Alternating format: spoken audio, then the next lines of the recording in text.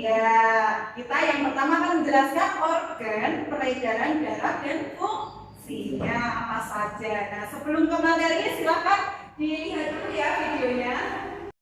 Oksigen dan karbon dioksida hasil pernapasan. Betul, Pipo. Jadi, darah itu punya dua fungsi buat tubuh kita. Darah berfungsi untuk mengangkut dan mengedarkan sari makanan hasil proses pencernaan ke seluruh tubuh. Selain itu, darah juga berfungsi mengedarkan oksigen dan karbon dioksida hasil pernapasan. Peredaran atau aliran darah di dalam tubuh manusia terjadi melalui organ peredaran darah, yaitu jantung dan pembuluh darah. Jantung adalah organ tubuh yang berfungsi untuk memompa darah ke seluruh tubuh. Jantung manusia terletak di dalam rongga dada angka sebelah kiri. Kamu tahu nggak besar jantung kita? Kalau jantung orang dewasa sih kira-kira seukuran satu kepala tangan yang beratnya 300 gram. Di dalamnya, jantung memiliki 4 ruang, yaitu serambi kiri, serambi kanan, bilik kiri, dan bilik kanan. Ya, stop. Coba dilihat di sini. Ini namanya apa, Nana? Ya, ini namanya jantung. Jantung itu mempunyai 4 komponen. Ada yang pertama tadi apa? Serambi kiri. Kemudian serambi kanan. Yang ketiga bilik kiri. Dan yang terakhir adalah bilik kanan. Dan mereka mempunyai fungsinya masing-masing. Coba kita lihat video selanjutnya. Betul nggak? Betul, Pipo.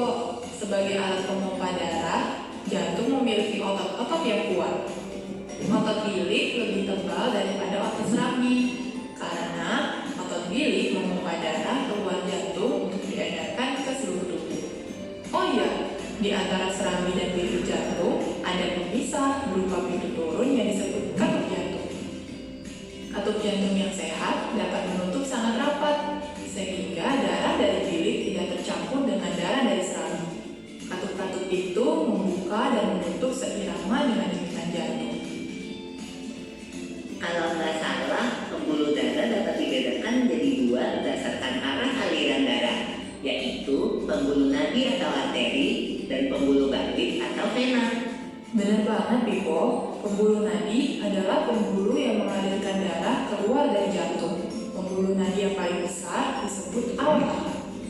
Kalau pembuluh balik adalah pembuluh darah yang mengalirkan darah masuk ke dalam jantung. Pembuluh balik yang paling besar ada 2, yaitu pembuluh balik atas dan pembuluh balik bawah. Kamu tahu nggak, Pipo? Darah dalam tubuh manusia selalu beredar dalam pembuluh darah, sehingga disebut peredaran darah tertutup. Berdasarkan panjang dan pendeknya jalur yang ditempuh, peredaran darah manusia dibagi menjadi peredaran darah kecil dan peredaran darah besar. Peredaran darah kecil berlangsung dari jantung ke paru-paru, kemudian kembali ke jantung lagi. Urutan peredaran darah kecil adalah serambi kanan, lalu ke bilik kanan, ke paru-paru, lalu ke serambi kiri. Berarti kalau peredaran darah besar berlangsung dari jantung ke seluruh tubuh, kecuali paru-paru dan kembali ke jantung. Urutan peredaran darah besar adalah serambi kiri, lalu ke bilik kiri, ke seluruh tubuh, lalu ke serambi kanan. Tapi Ya, tadi Nana sudah melihat video yang Ibu tayangkan? Sudah, berarti sudah mengerti ya peredaran organ peredaran darah manusia dan fungsinya. Sekarang coba dilihat dalam logika tadi. Dalam tubuh manusia itu darah mengalir melalui sistem peredaran darah. Nah, sistem peredaran tadi sudah disebutkan Mariati. Ada apa saja?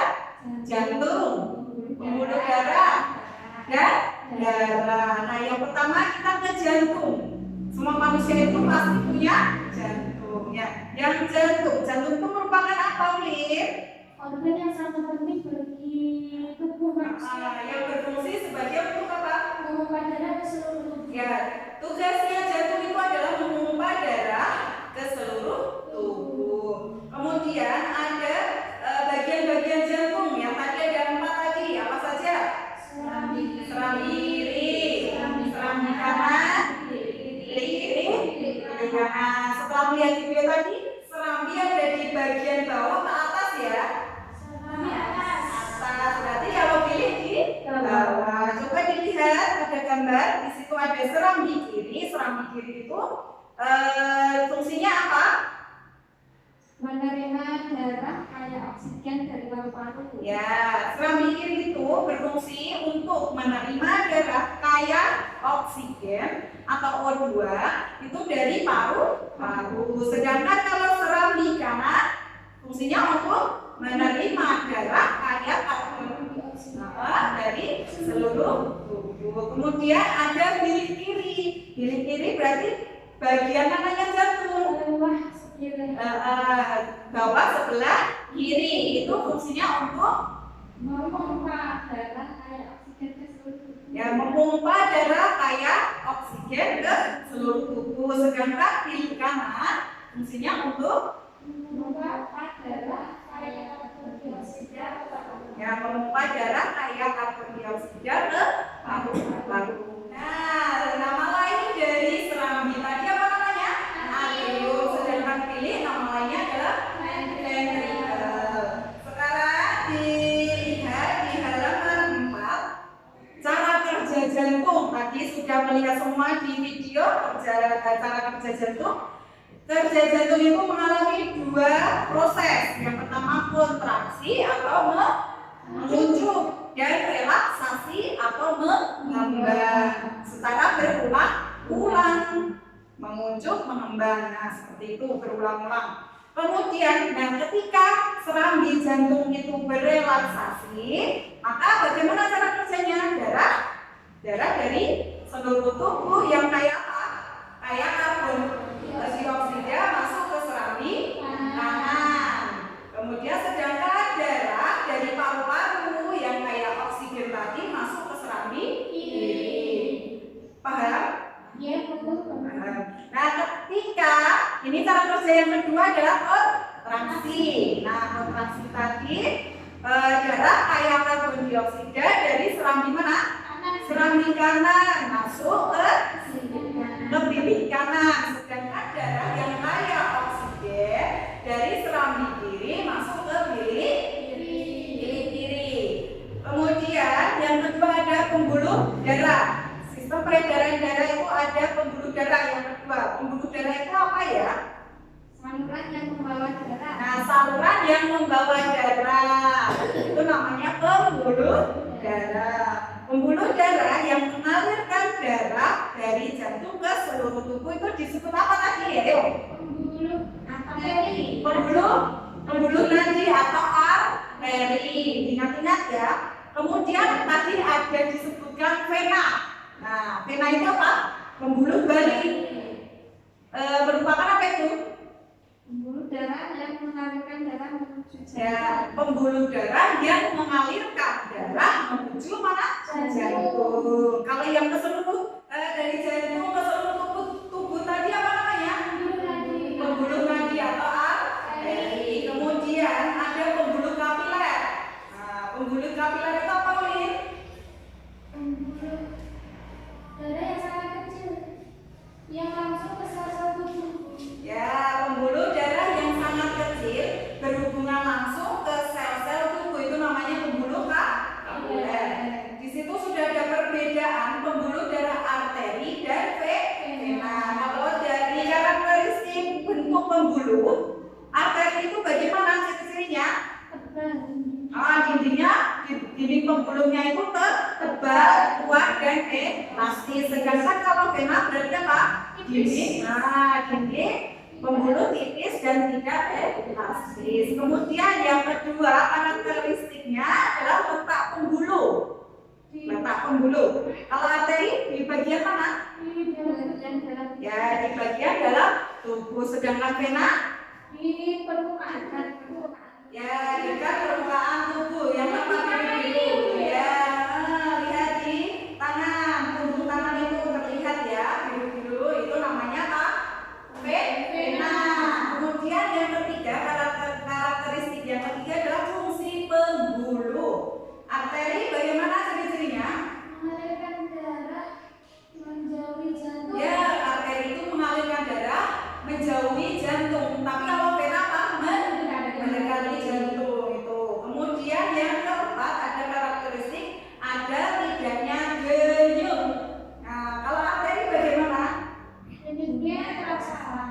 denyutnya terasa, irama denyut jantung, gitu ya. Kemudian kalau vena, denyutnya tidak terasa. Ya, dari sini biasanya di pergelangan tangan, bisa. Kemudian tadi peredaran darah itu ada dua macam, ada peredaran darah kecil dan peredaran darah besar. Coba sebutkan alurnya yang peredaran darah kecil. Ariati, yang darah kecil. Ya.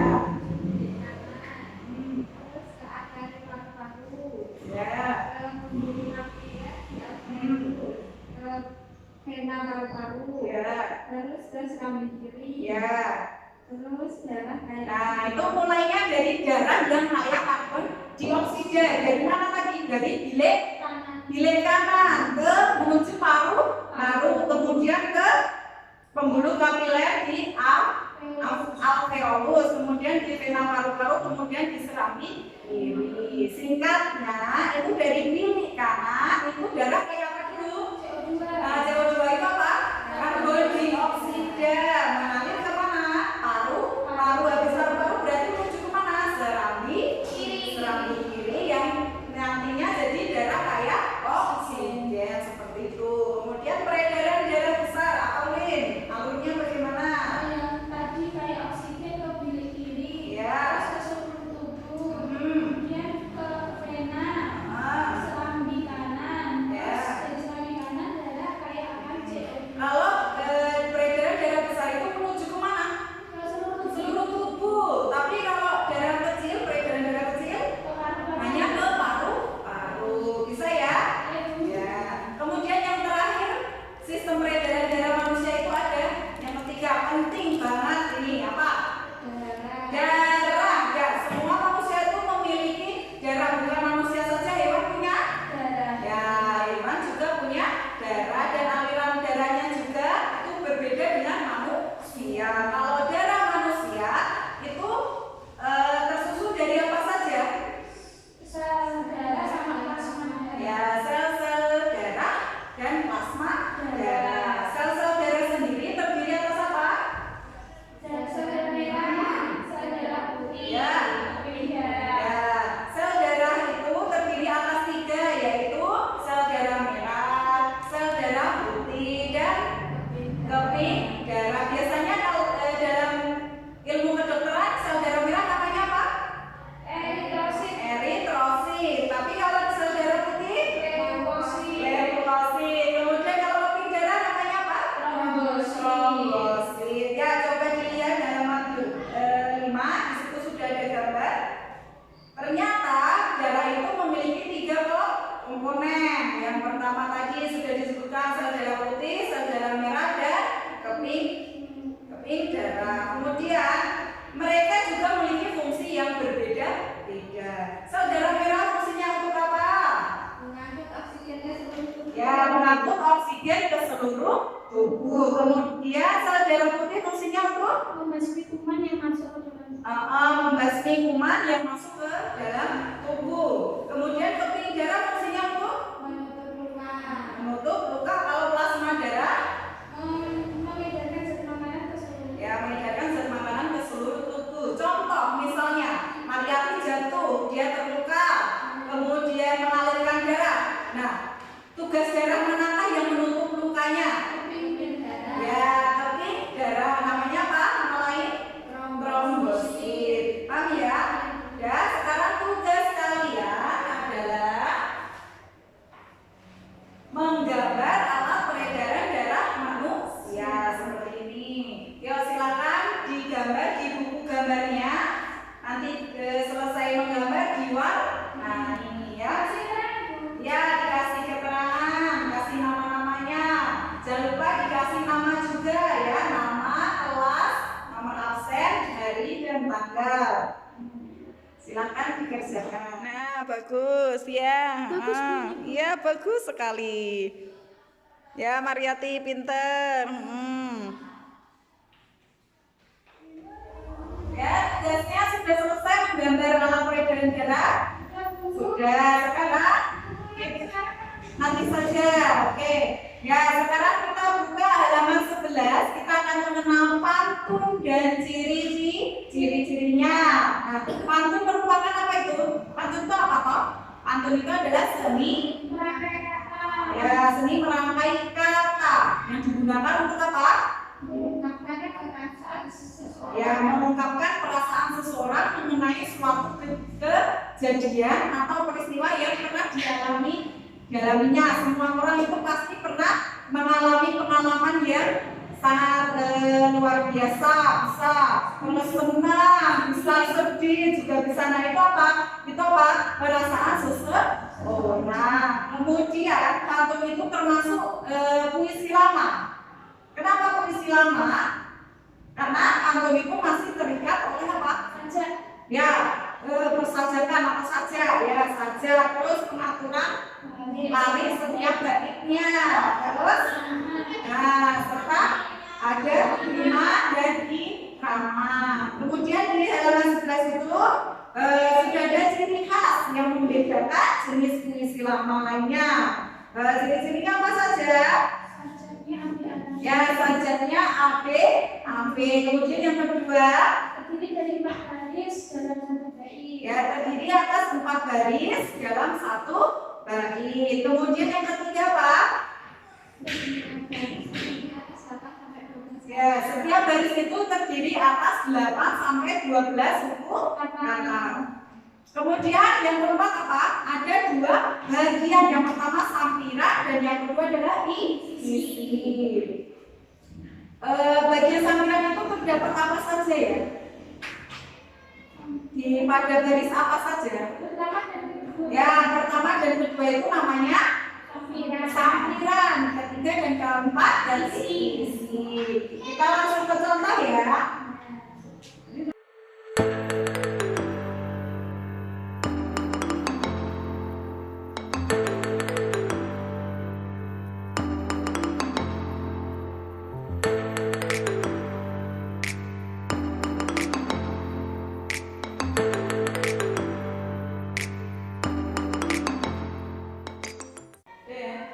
Ini adalah contohnya. Yang pertama, memasak sayur sup pakai kapulaga. Paling enak dimakan selagi hangat. Hai kawan, kita rutin berolahraga. Tubuh sehat, virus pun tinggal. Nah, coba perhatikan notanya. Untuk sampiran yang mana saja? Yang 1, 2, 1 dan 2 ini namanya sampiran. Kemudian berarti yang 3 dan 4 isi. Sampai kemudian yang dimaksud saja itu apa ya? Saja A, B, A, B. Bagaimana? Kita lihat di belakangnya. Yang pertama A, berarti A. Yang ini apa? B. Berarti ini dianggap B. Kemudian ini berarti apa? A lagi? A. Kemudian B. Berarti apa? AB. Sudah termasuk pantun ini? Sudah, karena bersaja AB dan memiliki sampiran isi. 1 bait ada berapa baris? Berarti sudah sesuai pantun ya? Kemudian pantun itu juga memiliki ciri-ciri nih. Itu tadi. Yang pertama saja AB. Yang kedua 1 bait terdiri 4 baris. Kemudian setiap baris terdiri 8 sampai 12 suku kata. Kemudian apa saja? Terdiri atas sampiran dan isi. Yang kelima ada isi dan makna pantun. Pantunnya isinya apa ini maknanya? Anjuran mengajar, berolahraga agar tubuhnya sehat, tidak ada virus. Kemudian pantun itu ternyata banyak jenisnya. Nah, coba dilihat halaman 11. Ada apa saja? Pantun kanak-kanak.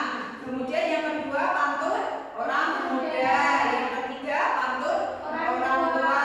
Nah, kemudian berdasarkan isinya, pantun itu memiliki 4 jenis. Yang pertama jenis apa saja? Pantun nasihat, jenaka, tetapi dan biasa. Sekarang kalian sudah tahu pantun itu ciri-cirinya apa saja. Kemudian silakan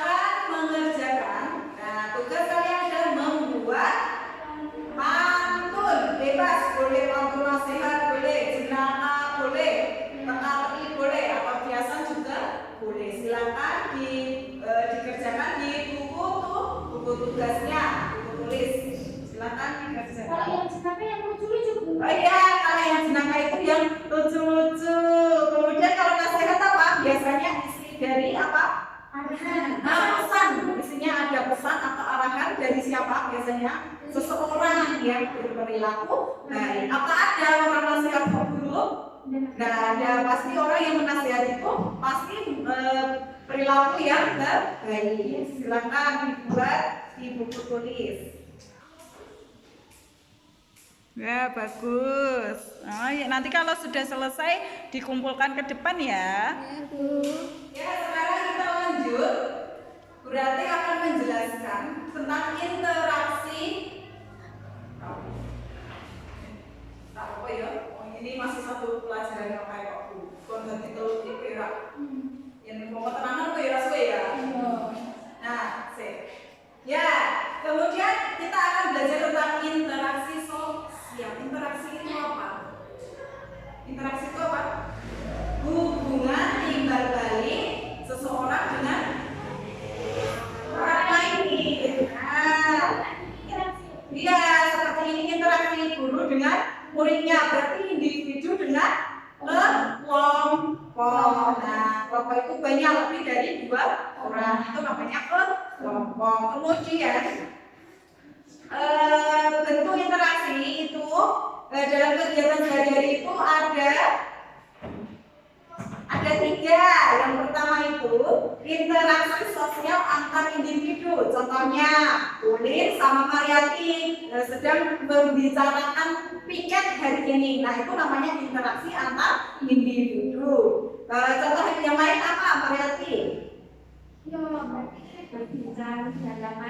Ya, berbicara pas waktu istirahat sama teman satu. Nah, itu namanya antar individu. Contohnya lagi, seumpama Mariati membawakan buku Burati menuju kantor, itu termasuk interaksi bukan? Iya, interaksi. Bu, saya bantu bawakan bukunya ke kantor. Nah, itu interaksi antar individu. Kemudian ada interaksi sosial antara individu dan kelompok. Contohnya tadi siapa? Saya sama Belajar kelompok ya.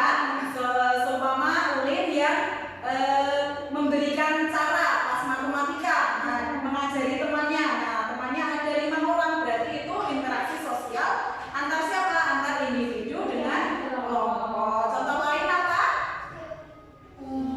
guru mengajar di depan kelas. Nah, guru mengajar di depan kelas. Nah, itu namanya juga interaksi sosial antara individu dengan kelompok. Kalau di desa biasanya kalau bapaknya baru ada hajatan, nah itu kan dikumpulkan sama Pak RT ya. Nah, sama Pak RT itu namanya Pak RT menyampaikan. Nah, menyampaikan di depan para warganya, itu namanya juga interaksi sosial. Kemudian antar kelompok. Nah, kelompok 1 dengan kelompok 2. Nah, itu namanya juga interaksi sosial. Contohnya apa ya?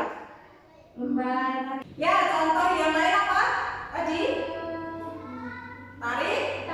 Ya, tarik tambang, cerdas cermat, lomba cerdas cermat itu ya, kelompok 1, kelompok 2. Nah, kayak gitu antar sekolah yang lain. Berarti itu juga ada ke kelompoknya. Itu Bu, lomba voli juga. Oh iya, betul, lomba voli itu juga interaksi sosial sama antar kelompok ya, betul. Kemudian dilihat halaman 25. Nah, manusia itu kenapa kok bisa dibilang manusia itu manusia yang sosial?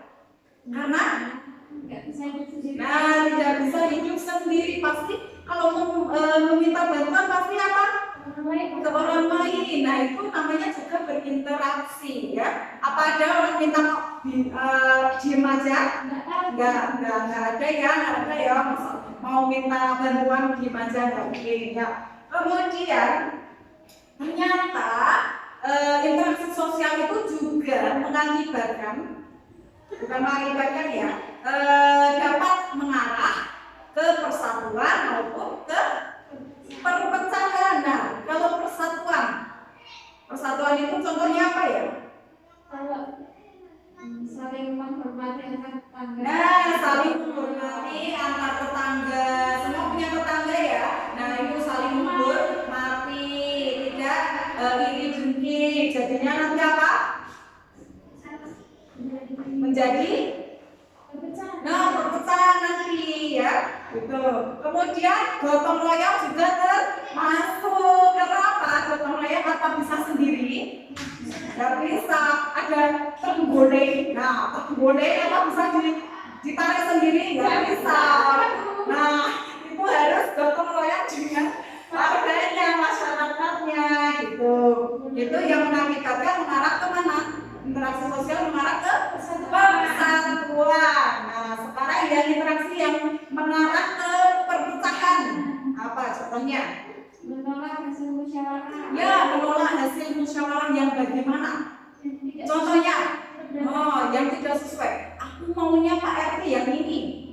Nah, pokoknya yang ini. Nah, kemudian yang terpilih ternyata bukan Pak RT yang ini. Nah, itu akan menjadi perpecahan, gitu ya. Ada yang lain? Contoh lain apa? Ya, berselisih dengan tetangga. Itu sering sekali yang dialami di masyarakat. Wah, sama teman juga satu kelas, dipanggil Bu Rate terus. Mariati, anak pinter. Nah, si muridnya nggak dipanggil. Nah, itu akan menjadi perpecahan, gitu ya. Kemudian dibuka halaman 26. Nah, belum dikerjakan ya itu? Belum. Nanti dikerjakan di rumah dan yang dikerjakan di sini. Nah, tugas kalian sekarang mengerjakan ini. Kita buat tabel dulu. Nomor, isi nomor, jenis interaksi, kemudian contoh interaksinya. Tadi sudah ada jenis interaksi ada berapa? Ada 3. Nah, nanti ditulis di sini 1, 2, 3 interaksi antar individu. Contohnya antar individu. Contoh interaksinya apa? Kakak membantu adik. Ya, kakak membantu adik membereskan mainan, gitu ya. Nah, ya contohnya satu saja, silakan dikerjakan di buku tulis. Ya, nanti dibuat 3 ya. Ibu. Kalau sudah selesai dikumpulkan ke depan. Ibu. Pelajaran hari ini alhamdulillah sudah selesai. Tadi sudah mempelajari